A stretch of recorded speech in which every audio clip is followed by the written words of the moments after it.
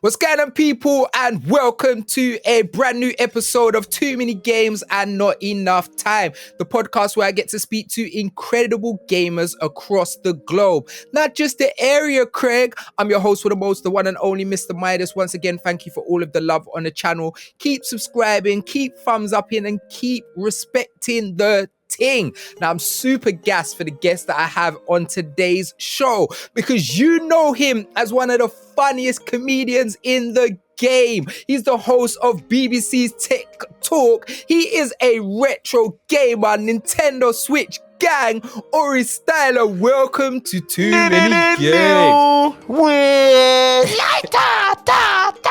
I say pull up. Wagwan. Yes, Midas, we say him. What's going on, my general? First of all, good. Thank you so much for being here. Like, I know you're a super busy man, so I really appreciate your time. How are you today? Anytime, man. I'm good. I'm all right. I'm okay. Yeah, I'm good. I can't complain about anything. I'm actually really, really good right now. How about you?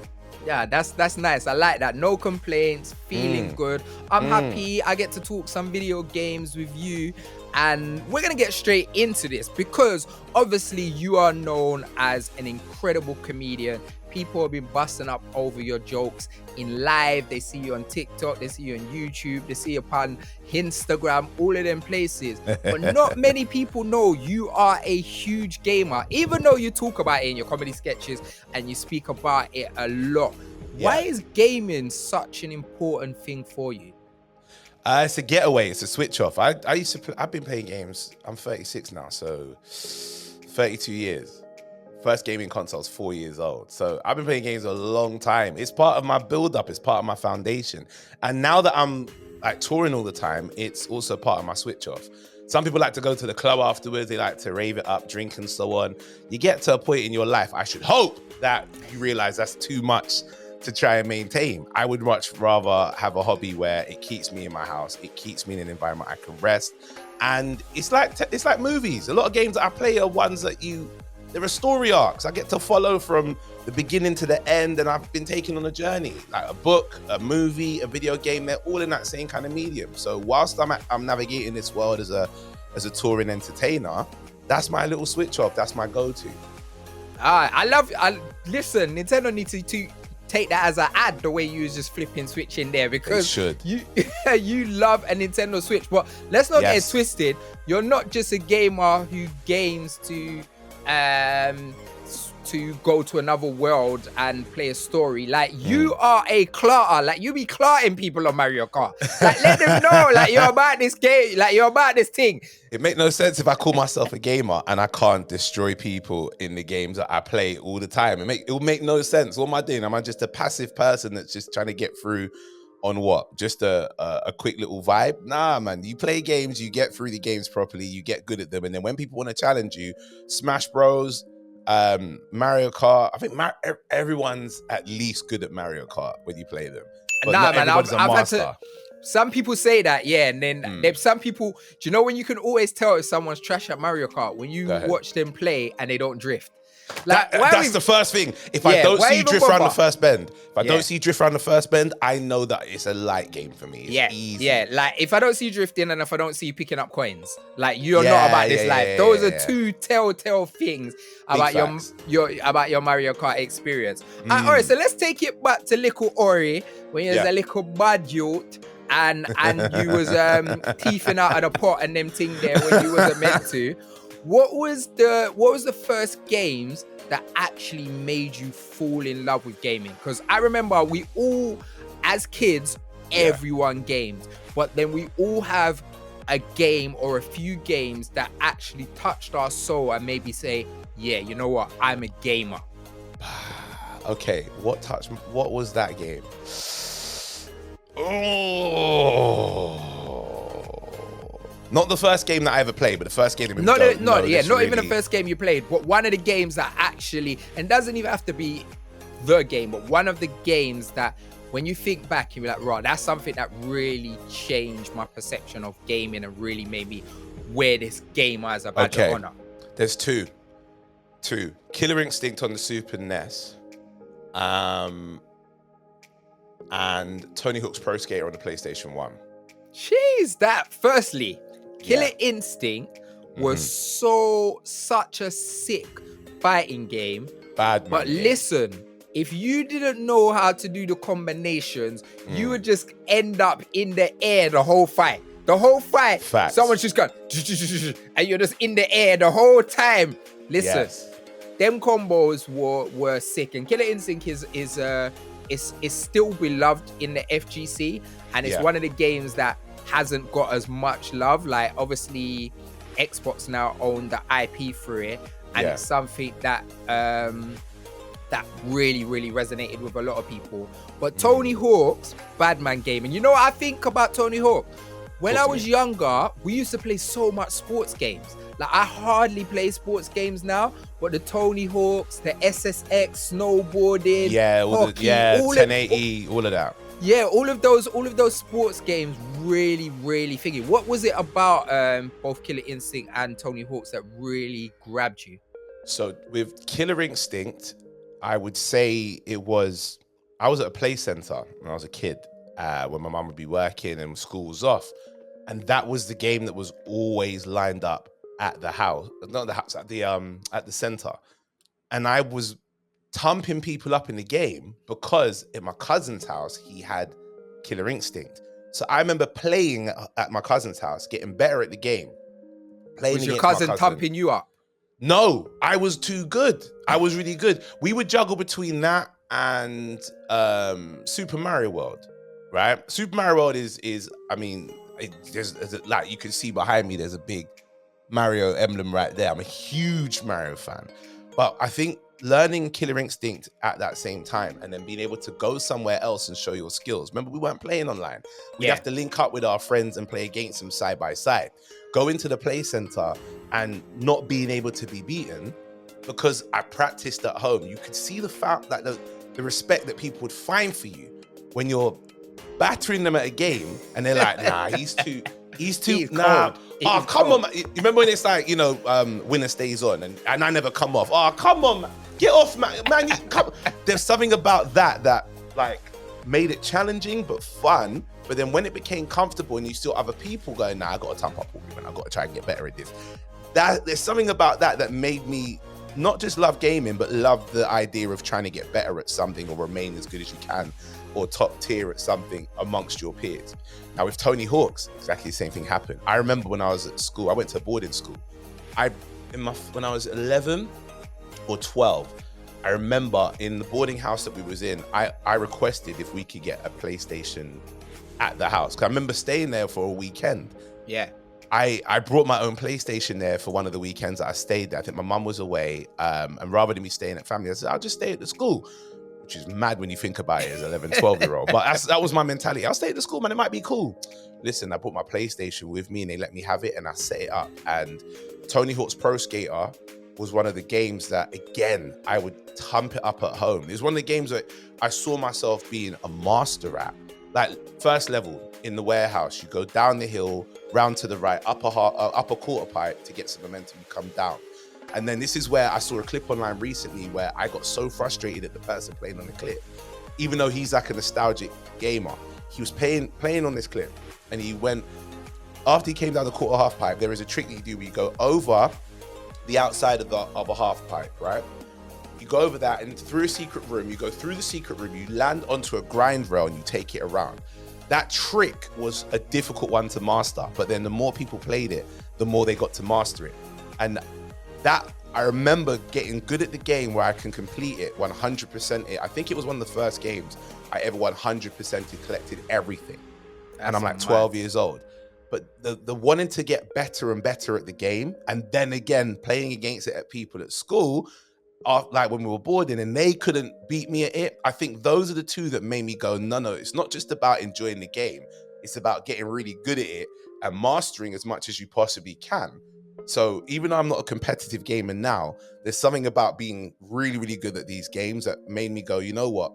At school, they tell you to get good at maths. They said you got to get good at physics or biology, whatever you're studying. And I'm like, yeah, this is dope. But if I'm not as interested, it's harder to be an A-class student in that. But when it came to gaming, if I love the game, if I love the storyline, my whole thing is I want to come back to this and defeat it. I want to beat it. I want to be able to overcome the challenge that it sets. And I think at those moments is when I really fell in love with gaming, where you could actually exercise a discipline to be able to get really good at. Yeah. And once you become good at it, there are examples as to how good you are, because you get, in Tony Hawk's, you receive all the tapes, you unlock all the players, you unlock all the moves. It's giving you those rewards and those rewards to actually show. Yeah. Right, you know what? Man can't just say I'm sick at this. Like I got, like you said, I got the receipts to show it. Do you know what? Something you just said that's really interesting to me is that when you're talking about Super Mario World, and I always say when it comes to old school Mario gamers, you're either a Super Mario 3 or a Super Mario World. Out of the two Marios. I thought you were saying out of the two Marios, which one's your favorite? And I always said Super Mario World because I was like, you said World. Well done. Man becomes Superman, fam. Man's out here flying. Man jumping on Yoshi. Are you mad? Bad boy game. Mate, bro, so do you know the thing for me that hooked me with Super Mario World is with Super Mario Bros. 3, it was a great game, but it felt like it was when I had it, it wasn't on the SNES, it was on the Nintendo. Okay. Right? Super Mario World felt so clean and so fresh and new, and yet still retained everything, if not even just a little bit faster than the original Super Mario Bros. So it became challenging. The music, I'm a fiend for music. That's one thing that I train to at the gym is rock and metal versions of video game music that I've grown up on, right? So the music in that, bro, if you ring my phone right now, it is the flagpole music from Super Mario Bros. Like the music in Super Mario World, just like as soon as I hear I'm amped. As soon as I hear like for me, it takes me right back to that moment where you're playing this game. It's a lot faster, it's a lot smoother. It felt like just the same way that we might play a game right now and some of the kids go, look at the graphics, it looks so real. When GTA 6 comes out, you're gonna think, wow, it looks so realistic. Back then, obviously Mario didn't look realistic, but there was something updated and smooth about it that even though I had started on Bros, for me, it was just phenomenal. And it made me want to complete the game. It was proper needed as well, because obviously you had Super Mario 3 and then Sonic came out, and Sonic was clean. High speed. Sonic was fast. Visually, it looked amazing. Like it made Mario look a bit basic when Sonic first came out. But that's what Nintendo's good at, is taking basics and going, but you lot are going to focus on what you like, how good something looks. They used to say, and don't get me wrong, back when I was a kid, I was on Sega before Nintendo. Yeah, because Sega was bigger in Europe. Like, of course, because arcade machines and stuff as well. So most of us because like I knew a couple people who had a normal NES when I was proper young. But everyone I grew up with, we all had either Master Systems or Mega Drives. But that's why I started on both of them. We always had them, and it was Americans that I knew that had, because it was the first time I played the Super NES was the Super Famicom, and I remember some brat at my school had it imported. And we all went to his yard, and I was like, "What is this weird grey and purple box?" Even the colors and that was mad. Like, Aurie, you are Nintendo Switch gang. Like you said, one of the dope things about gaming. Okay, let me clear this up. Is to take your thing. But yeah, go on. Say what you're gonna say. Let me clear this up just real quick. Yes, I love my Nintendo Switch. I'm sitting next to one of my controllers here. I'm sitting next to one of my docks here. Right, my Switch is my thing. But I just need it to be clear, because you get some people that go, nah, blood, that's dead, man. PS5 all day. And I'm like, hear what I'm saying? I have all three. So I'm not like only on one of them. Because you know how people get mad defensive. I know you've got all three, but for me, it's the same as well. I love my PS5. It's love like I got this sick gaming PC. Yeah, I see it. Love it, but most of the time I don't game on it. Most of my game is done on my right now. Most of my game is on my PlayStation Portal. Okay, fair enough. That's what I'm gaming the most on. Yeah. Like, you get me? I am Switch gang, but just the people that will hear that. Just so people know that. Another one that don't play PS5. Man, shut up. I like have all of them. The things. Exactly, yeah. But what I was gonna say is, like, obviously, like I've known you for loving your Nintendo Switch, and I've always thought Like, obviously it's getting old now and the software's starting to die. But I've Yeah. always felt Nintendo Switch is the best console for adults. Like, when I would say to my brethren, when my brethren were like, oh, what console should I get? I always said, fam, the Switch is so good because the games are designed for you to be able to switch on and switch on at any time. Because we've like, if you're like, I love the God of Wars, I love the Uncharted, I love the big story games, but you have to sit down and have time for them. You have to get through them. Yeah, you got to trudge through them. You can't play that for 20 minutes on and off. And the life of traveling, like I remember being I remember me and my missus getting our flights delayed coming back from the airport from somewhere. Can't even remember where we had. Flights were delayed for 3 hours. We just took out the switches and we just banging Mario Kart in the airport. Like, the time just went in seconds. You don't even think of it. So I think they're really, really dope consoles for adult gamers. But what would you say are 2 games other than Mario Kart, because we spoke about that? What would you say 2 games that have you've been lost in the Switch? Streets of Rage 4 and other than Mario games, oh man. Well, no, it can be a Mario game, but just not Mario Kart because we spoke about that already. Oh yeah, okay, cool. That I've been lost in. Shoo. It's all cheat codes again because it's all Mario games again. That's fine. That I've been lost in. Like, yeah, game that's grabbed your neck. You're on stage, and at the end of the performance, you're like, oh, I need to go and play that game. Oh my gosh, that's a good. It's Streets of Rage 4 is my favorite franchise. Is Streets of Rage. So when 4 came out, that had me hooked. I still play it until now, like daily.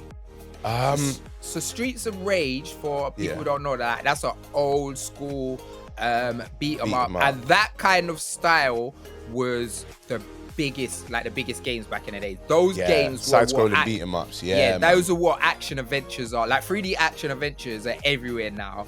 Before that, it was the thing. And one of the things that I always loved about Streets of Rage wasn't that you just could walk up and thump up a man and stuff like that. Is that you'd mash up a barrel and then a weapon would drop. And you pick up that weapon, whether it be a pole or something, and you just lace man up in the head with the weapon. You know how sick that was?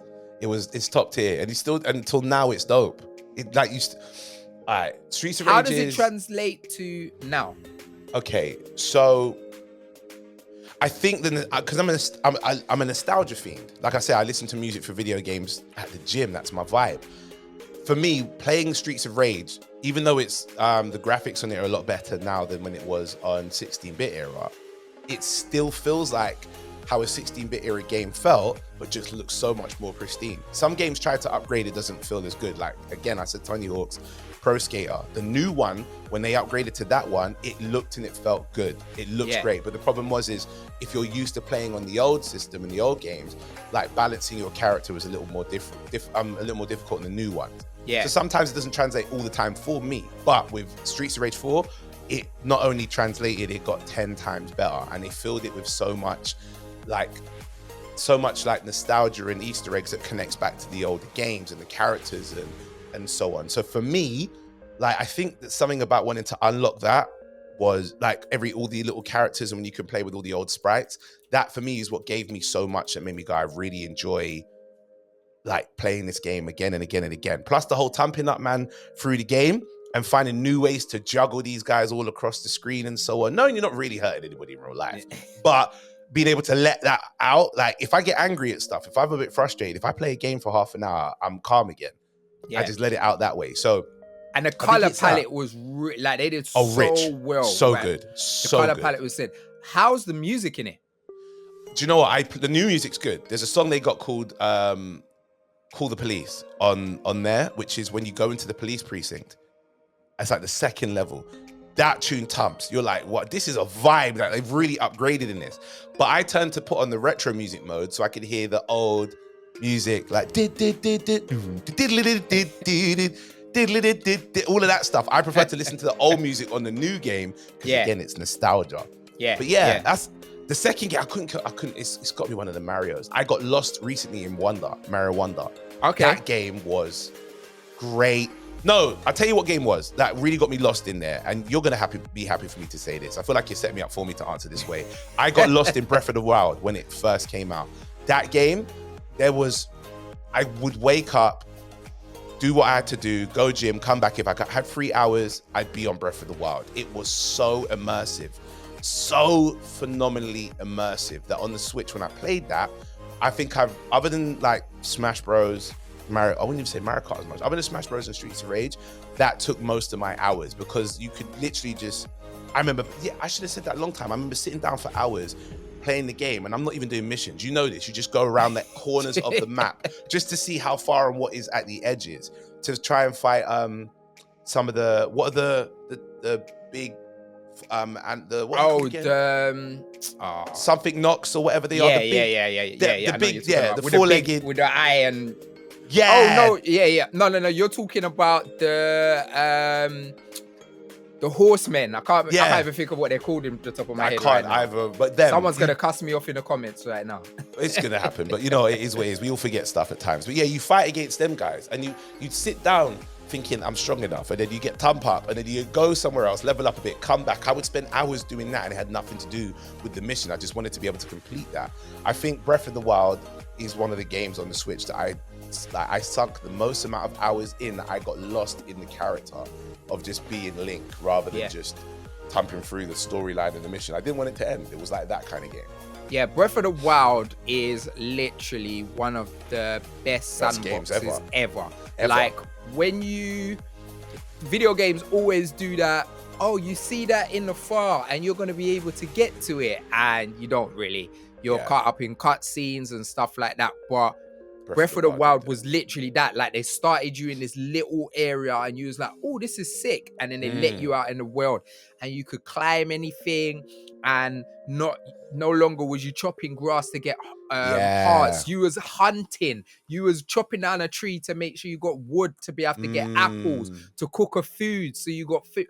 Fam, like this is where Nintendo are unmatched where they're unmatched in being able to say, all right, cool, we've got a simple precedence of it's Link rescuing Princess Zelda. You're going to be in this world and they're going to take it to another level. Like one of the things that they said when they made this game was, you know, like I really love The Witcher 3. I think the game's sick, but sometimes you'll be riding and your horse would hit a tree.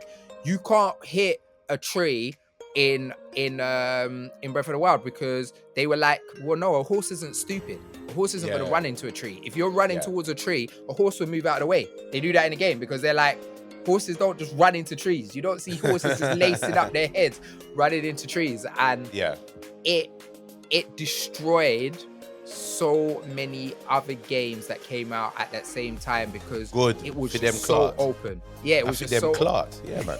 Whole of slappings. It was so open.